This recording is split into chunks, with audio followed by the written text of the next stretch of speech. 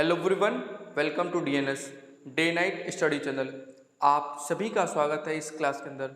मैं हूं शुभम और आज के इस वीडियो में हम बात करने वाले हैं जो हमारा पार्ट 2 था कॉन्स्टिट्यूशन के अंदर। ठीक है, मैं शेड्यूल की बात नहीं कर रहा हूं। शेड्यूल देखिए, जो भाग होते हैं वो 12 अलग हैं, लेकिन ये जो कॉन्स्टिट्यूशन की क्लास चलने वाली है इसके अंदर मैंने बताया था 15 इंपॉर्टेंट टॉपिक। उसमें जो दूसरा हमारा पार्ट था वो हमारा था प्रियम्बल। प्रियम्बल को हम बोलते हैं क्या? प्रस्तावना भी बोलते हैं या फिर उद्देशिका भी बोलते हैं। ठीक है, प्रियम्बल को क्या बोलते हैं हम? प्रियम्बल को हम बोलते हैं उद्देशिका। उद्देशिका मतलब उद्देश्य से आप समझ सकते हो। ठीक है, कि क्या उद्देश्य था। ठीक है, उद्देश्य है ना, उद्देश्य से इसका मतलब समझ में आता है कि हमारा जो संविधान है उसको बनाने का उद्देश्य क्या था। उसी चीज को किसमें बताया गया? हमारा प्रियम्बल के अंदर बताया गया है। उसको हम और भी क्या कहते हैं? प्रस्तावना भी कहते हैं। ठीक है, प्रस्तावना भी कहते हैं। अच्छा, अब बात करते हैं कि जो हमारा संविधान था इसके अंदर जो प्रियम्बल है, सबसे पहला पार्ट है। प्रियम्बल क्या होता है? जस्ट लाइक अ आईडी कार्ड। जैसे आप अगर किसी कॉलेज में पढ़ते हैं या फिर स्कूल में जो बच्चा पढ़ता है उसका क्या होता है? एक आईडी कार्ड बनता है, एक पहचान पत्र बनता है। जैसे लोग गांव में भी जाते हैं या फिर शहर में जो लोग रहते हैं तो वोट देने के लिए क्या होता है? आइडेंटिटी कार्ड होता है ना, पहचान पत्र। तो वैसे ही हमारे संविधान के अंदर उसका जो परिचय पत्र है वो हम बोलते हैं प्रियम्बल को ही बोलते हैं। प्रियम्बल को हम क्या बोलते हैं हिंदी में? उद्देशिका। ठीक है, और ये जो क्लास है ये क्लास उस सभी बच्चों के लिए इंपॉर्टेंट है जिसके कोर्स के अंदर, जिसके एंट्रेंस एग्जाम में पॉलिटी आ रहा है, कॉन्स्टिट्यूशन आ रहा है। स्पेशली अगर हम बात करें तो BLLB हो गया, LLB हो गया, BA हो गया। अगर आप किसी भी कॉलेज का फॉर्म डाल रहे हैं वहाँ पे ये पॉलिटी आता है तो इन कोर्सेज में आपको बहुत अच्छे से इसको पढ़ना होगा और बहुत अच्छे से पढ़ना होगा जो बच्चे लॉ का दे रहे हैं, LLB एंड BLLB। स्पेशली आप लोग को इससे मैक्सिमम क्वेश्चन एंट्रेंस एग्जाम में आता है, तो आप इस चीज़ को बहुत अच्छे से तैयार करेंगे। और अब देखिए हम बात करते हैं जो हमारा प्रियम्बल है, उद्देशिका है। ये उद्देशिका कहाँ से लिया गया है? तो ये लिया गया है अमेरिका से। कहाँ से लिया गया है? अमेरिका से। अमेरिका अमेरिका से लिया गया है। ठीक है, अमेरिका से क्या किया गया है? लिया गया है। क्वेश्चन आपसे सीधे एंट्रेंस एग्जाम में पूछेगा कि भारत के संविधान का प्रस्तावना किस देश से लिया गया है, तो आप आंसर मारेंगे कि हमारा जो भारत का संविधान है इसका जो प्रस्तावना है ये अमेरिका से लिया गया है। ठीक है, और ये किस लैंग्वेज में था? तो इंग्लिश लैंग्वेज में था। ठीक है, अब अगर हम बात करें, देखिए इसके अंदर क्या था। एक तो सबसे बड़ा इसमें दिक्कत ये आया था या कॉन्फ्लिक्ट ये रहा उस टाइम कि संविधान का भाग है कि नहीं है। प्रस्तावना संविधान का भाग है या नहीं है। क्वेश्चन आपसे डायरेक्टली पूछ देगा कि क्या भारत के संविधान में जो प्रस्तावना है वो उसका भाग है या नहीं है। तो प्रियम्बल प्रस्तावना का ही भाग है। इसको आप लिख लेना, क्या है? कॉन्स्टिट्यूशन संविधान का भाग है। संविधान का भाग है। अच्छा, जब संविधान का भाग है, जब इसको अगर संविधान के अंदर है तो संविधान संशोधन भी किया जा सकता है। ठीक है, तो जो हमारा प्रियम्बल है या फिर जो प्रस्तावना है इसके अंदर संविधान संशोधन भी हुआ है। संविधान संशोधन कब हुआ है? तो इसमें आप याद रखिएगा सिर्फ एक बार संविधान संशोधन हुआ है। इसमें आप क्या याद रखेंगे कि सिर्फ एक बार संविधान संशोधन हुआ है। ठीक है, संविधान संशोधन जो हुआ है वो सिर्फ एक ही बार हुआ है। कब हुआ है? तो ये हुआ है 42वां संविधान संशोधन, कॉन्स्टिट्यूशन अमेंडमेंट हम लिख रहे हैं हिंदी में। ठीक है, मतलब इंग्लिश में 42वां संविधान संशोधन 1976 के अंदर। अच्छा, 1976 में क्या हुआ था? तो ये डेट बहुत ज़्यादा इंपॉर्टेंट है। और ये क्या था हमारा? इसमें संविधान संशोधन हुआ था। ये क्या केस था? तो इसमें ये था हमारा केशवानंद भारती बराम या वर्सेस स्टेट ऑफ केरला। ठीक है, इस केस में कितने जज थे टोटल? तो इस केस में जज थे हमारे टोटल 13 जजों की क्या थी, बेंच बैठी थी। 13 जजेस थे। 68 दिन के आसपास इसकी क्या हुई थी, हियरिंग सुनवाई हुई थी, ठीक है। और इसको जो है, इसको मिनी कॉन्स्टिट्यूशन भी कहते हैं। इसको क्या कहते हैं हम, मिनी कॉन्स्टिट्यूशन भी कहते हैं। क्वेश्चन आपसे ये सीधे पूछ देगा कि किस संविधान संशोधन को हम मिनी कॉन्स्टिट्यूशन कहते हैं। तो आप कहोगे कि जो 42वां संविधान संशोधन है, इसी को हम क्या कहते हैं, मिनी कॉन्स्टिट्यूशन भी कहते हैं। अच्छा, और अब देखिए, जब संविधान संशोधन हुआ तो इसके अंदर क्या जोड़ा गया था, ठीक है। तो संविधान संशोधन हो सकता है कि नहीं हो सकता है, हो सकता है। अच्छा, किसके तहत संविधान संशोधन होता है, तो आर्टिकल या फिर अनुच्छेद, आप समझिए आर्टिकल 368, ठीक है, अनुच्छेद 368 के तहत क्या होता है, संविधान संशोधन होता है। क्वेश्चन यहाँ से पूछ सकता है कि किस अनुच्छेद के तहत होता है, तो इसी के थ्रू क्या होता है, संविधान संशोधन होता है। लेकिन एक चीज याद रखिएगा कि मूल ढांचे को क्या हो, ये मतलब जो भी संविधान संशोधन होगा वो मूल ढांचे को प्रभावित ना करता हो, ठीक है, तभी हम संविधान संशोधन कर सकते हैं। तो जो हमारा प्रियम्बल है, जिसको उद्देशिका कहते हैं, उसके अंदर संविधान संशोधन हुआ है। कितनी बार हुआ है, एक बार हुआ है। क्या वो संविधान जो हमारा प्रस्तावना है, क्या वो संविधान का भाग है, तो आप कहोगे हाँ, जो हमारा प्रस्तावना है वो भारतीय संविधान का भाग है। उसमें हम क्या संविधान संशोधन कर सकते हैं, तो आप कहेंगे हाँ, उसमें संविधान संशोधन हो सकता है।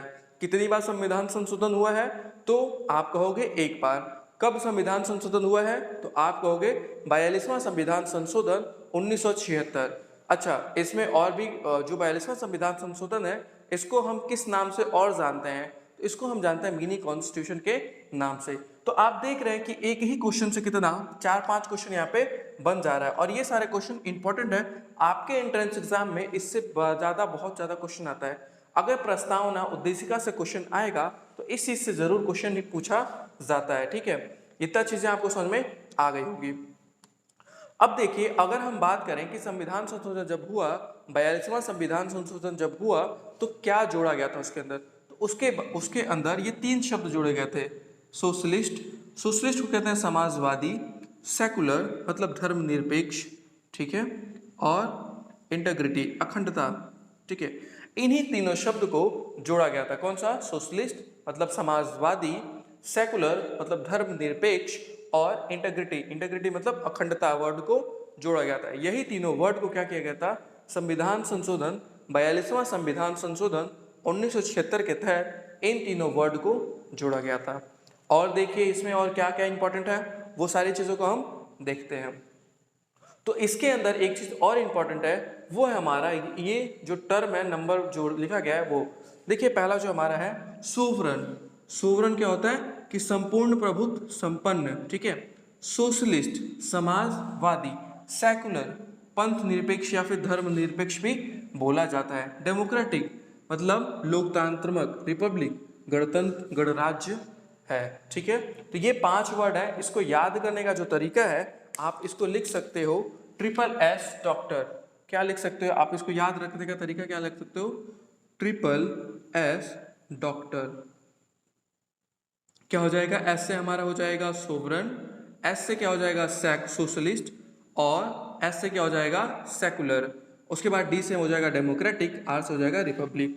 ये सीक्वेंस से पूछ दिया जाता है कि तीनों, मान लीजिए क्वेश्चन क्या दे देगा, तीनों वर्ड को दे देगा। एक तरफ ऑप्शन में देगा सेकुलर सोशलिस्ट सोवरन, एक तरफ दे देगा सोशलिस्ट सेकुलर सोवरन, तीसरा ऑप्शन दे देगा सोवरन सेकुलर सोशलिस्ट, चौथा ऑप्शन दे देगा सोवरन सोशलिस्ट सेकुलर। तो आप कौन सा आंसर मारोगे, सही सीक्वेंस क्या है, सबसे पहले क्या आएगा, सोवरन आएगा, फिर क्या आएगा सोशलिस्ट आएगा, फिर क्या आएगा सेकुलर आएगा।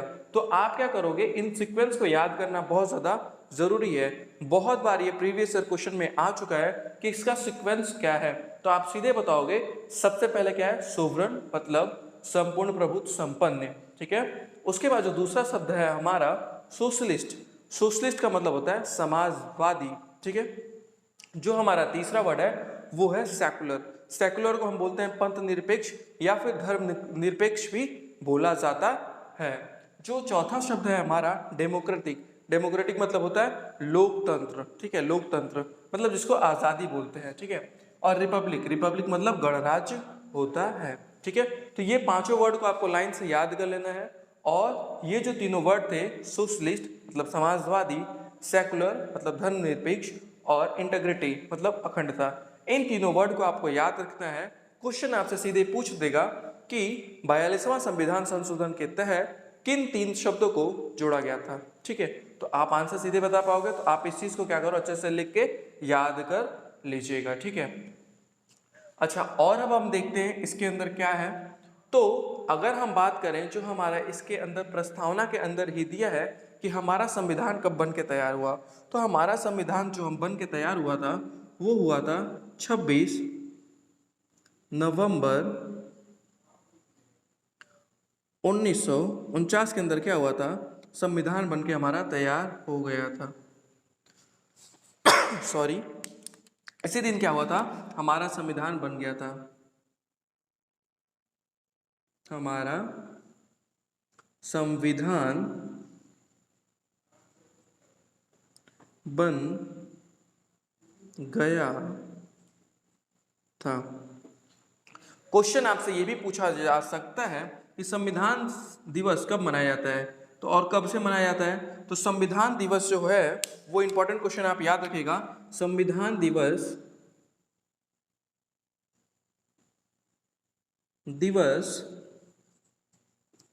26 नवंबर को ही मनाया जाता है। और कब से मनाना स्टार्ट किया गया है, तो ये मनाना स्टार्ट किया गया है 2015 से, ठीक है।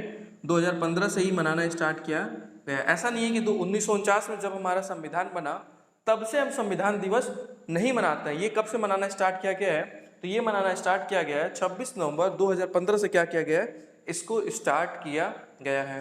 क्वेश्चन ये भी पूछा जा सकता है कि हमारा संविधान कब बन के तैयार हुआ, तो आप सीधे बोलोगे कि 26 नवंबर 1949 को क्या हुआ था, हमारा संविधान बन के लागू हुआ था, ठीक है।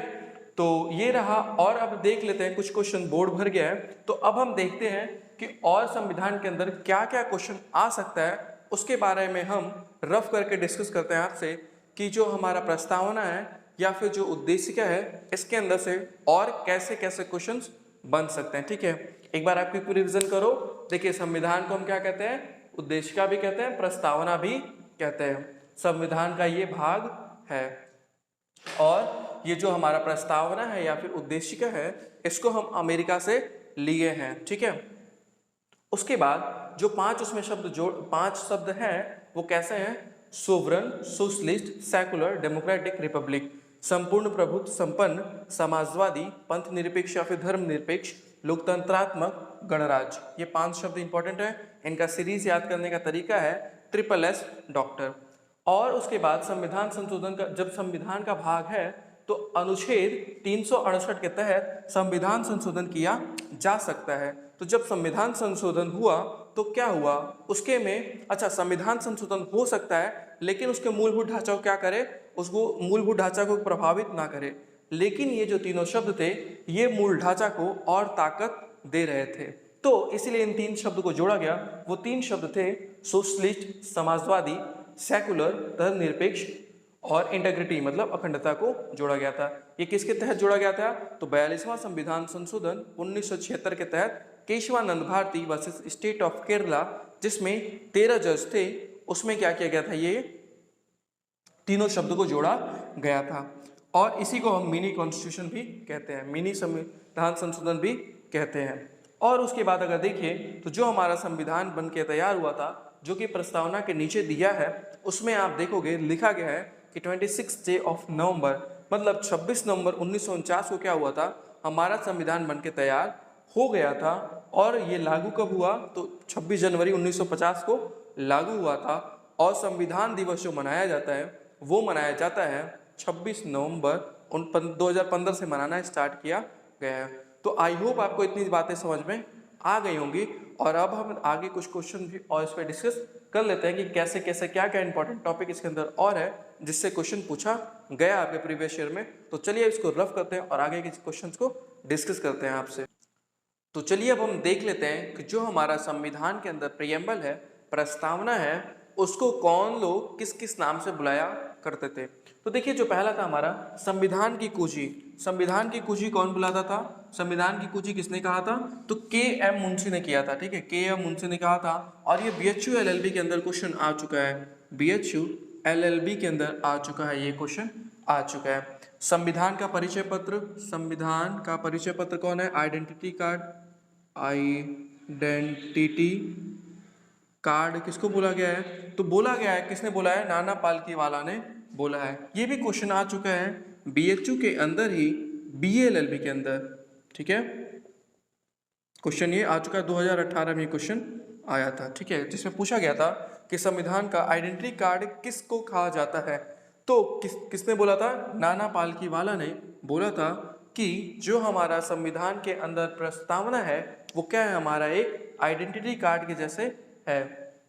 उसके बाद अगर हम बोले संविधान की आत्मा किसको बोलते हैं, तो देखिए अगर भाग बोलेगा तो प्रियम्बल होगा, ठाकुर भार्गव प्रसाद होगा।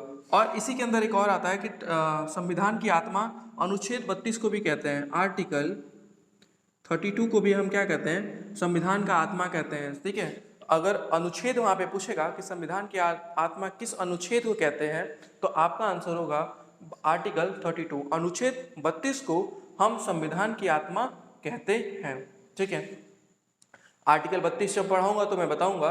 वैसे अब आर्टिकल 32 जो है वो बात करता है कि संवैधानिक अगर नहीं, आपका अगर मौलिक अधिकार का उल्लंघन होता है तो आपको उपचार में आपको आर्टिकल 32 दिया गया है, जिसके तहत आप सीधे सुप्रीम कोर्ट जा सकते हो और आर्टिकल अनुच्छेद 226 के तहत आप हाई कोर्ट भी जा सकते हो। खैर, जब मैं आपको वो पढ़ाऊंगा तो वो सारी चीज़ें मैं ज़रूर बताऊंगा, लेकिन अभी आ गया तो मैं कहता हूँ लगे यहाँ थोड़ा बहुत बता ही देते हैं। ठीक है, तो संविधान की आत्मा किसे कहते हैं? ठाकुर भार्गव दास जो थे वो किसको, प्रियम्बल को क्या बोले हैं कि संविधान का आत्मा है। और संविधान का सार किसको बोला गया है? तो अर्नेस्ट बार्कर ने क्या बोला है कि जो हमारा प्रियम्बल है वो संविधान का क्या है? सार है। ठीक है, एक तरीके से कंक्लूजन जो होता है। ठीक है, कंक्लूजन हम लास्ट में लिखते हैं ना, उसी चीज के बारे में कह रहा है। अर्नेस्ट बार्कर ने कहा है कि संविधान के अंदर जो प्रियम्बल है वो क्या है? संविधान का सार है।